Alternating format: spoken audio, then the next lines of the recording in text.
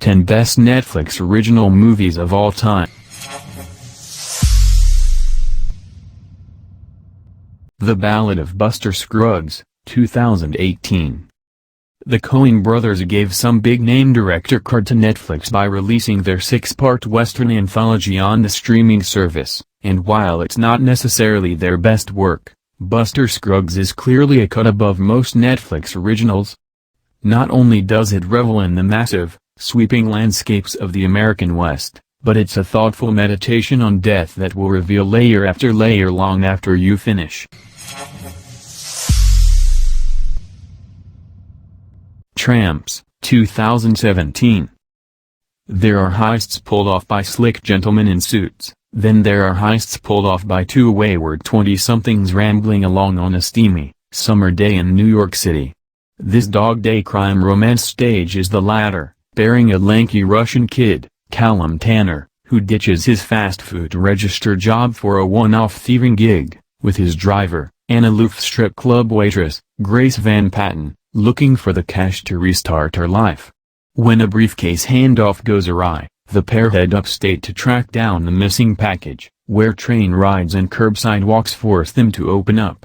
With a laid-back, 70s soul, Tramps is the rare doe-eyed relationship movie where playing third wheel is a joy.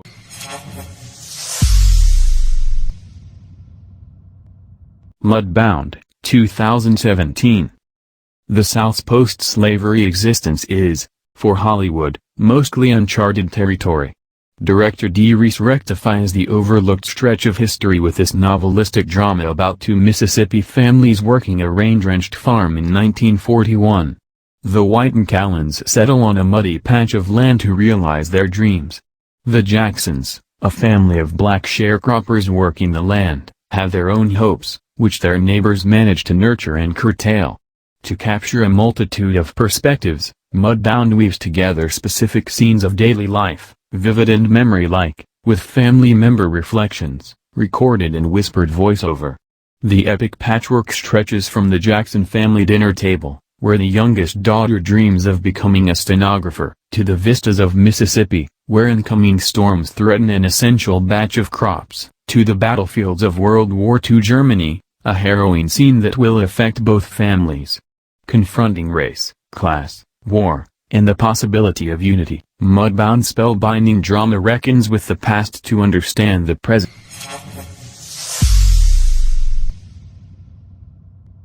The Meyerowitz Stories, 2017. After releasing 3 of his original comedies in the last 2 years, Ridiculous Six, The Do-Over, and Sandy Wexler, Netflix has finally stumbled on a really good Adam Sandler movie. Like Punch-Drunk Love and Funny People before it, this Noah Baumbach-directed effort is a deviation from the star's usual happy Madison fare, but it understands what's funny, charming, and potentially alienating about his persona.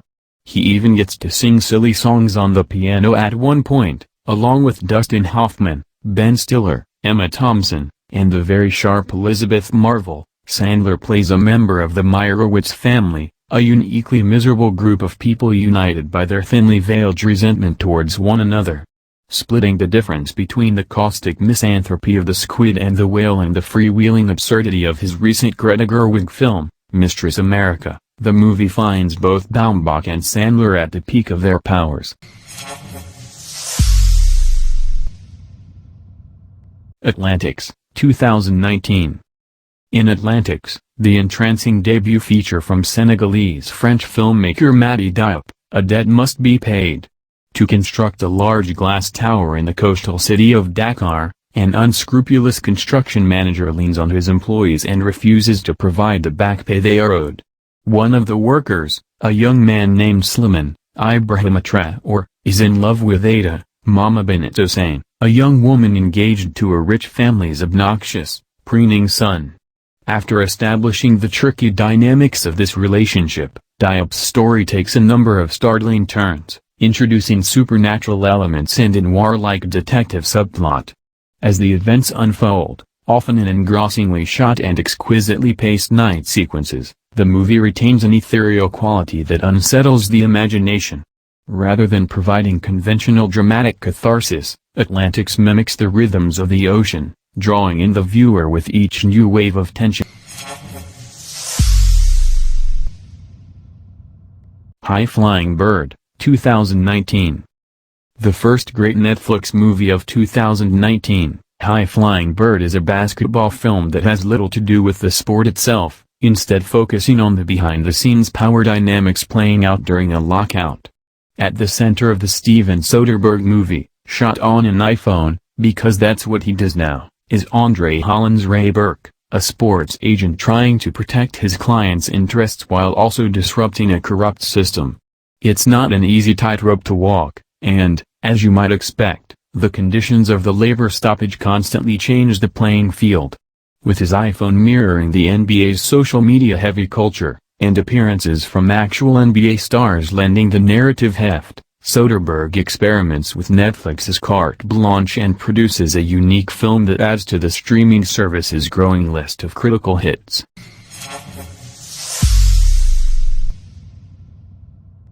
Marriage Story, 2019.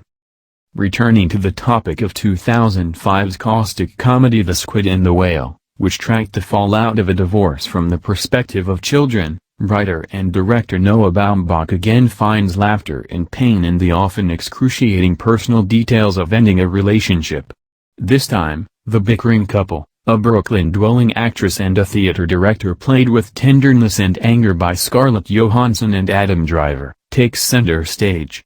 Instead of watching the two fallen and out of love, the story opens with the separation already in motion, allowing Baumbach to focus on the soul-sucking, money-draining legal shitstorm that follows. While Driver and Johansson are both excellent and tricky, emotionally demanding roles, some of the sharpest moments come courtesy of their attorneys, collaborators, and extended families. Laura Dern and Alan Alda have rightfully earned praise for their parts, but I'd watch Ray Liotta's gruff divorce expert in his own spin-off, in showing how divorce ripples outward. Marriage Story complicates its own simple premise as it progresses.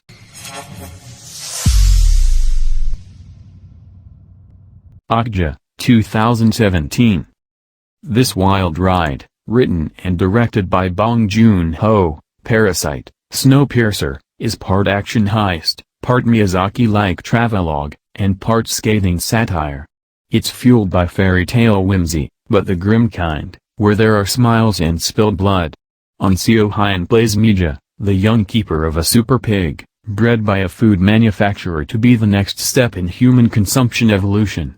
When the corporate overlords come for her roly-poly pal, Mija hightails it from the farm to the big city to break him out, crossing environmental terrorists, a zany Steve Irwin type, Jake Gyllenhaal, and the icy psychos at the top of the food chain, including Swinton's childlike CEO, along the way. Okja won't pluck your heartstrings like E.T., but there's grandeur in its frenzy, and the film's cross-species friendship will strike up every other emotion with its empathetic, eco-friendly, and eccentric observations. The Irishman, 2019.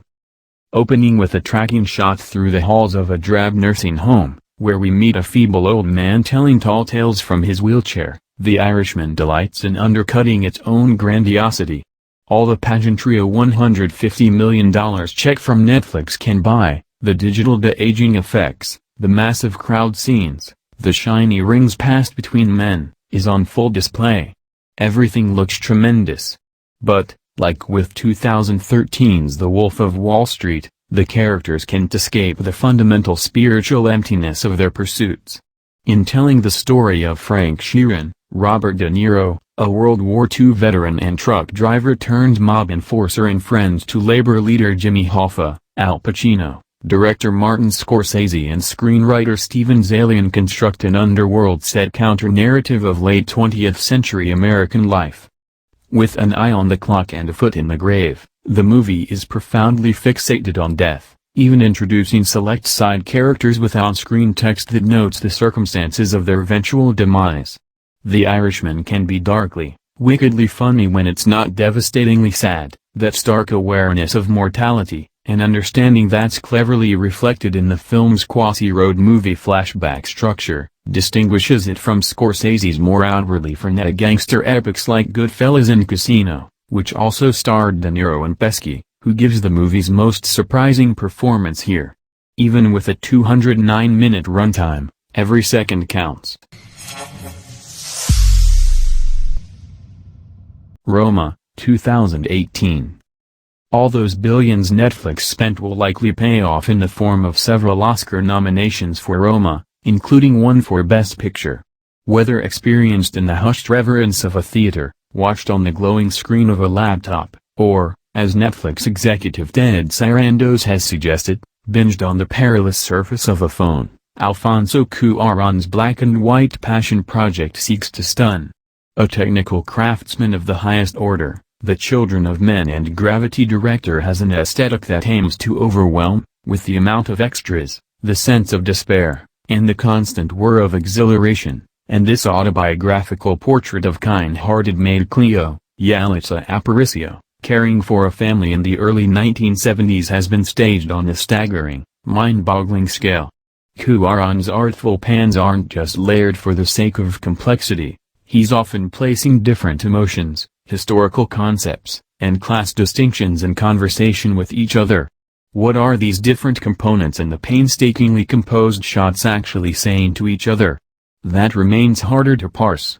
Still, there's an image of Cleo and the family eating ice cream together after a devastating dinner in the foreground while a wedding takes place in the background that you won't be able to shake. The movie is filled with compositions like that, tinged with careful ambiguity and unresolvable tensions. Thank you for watching. If you love this video, don't forget to subscribe, like and share.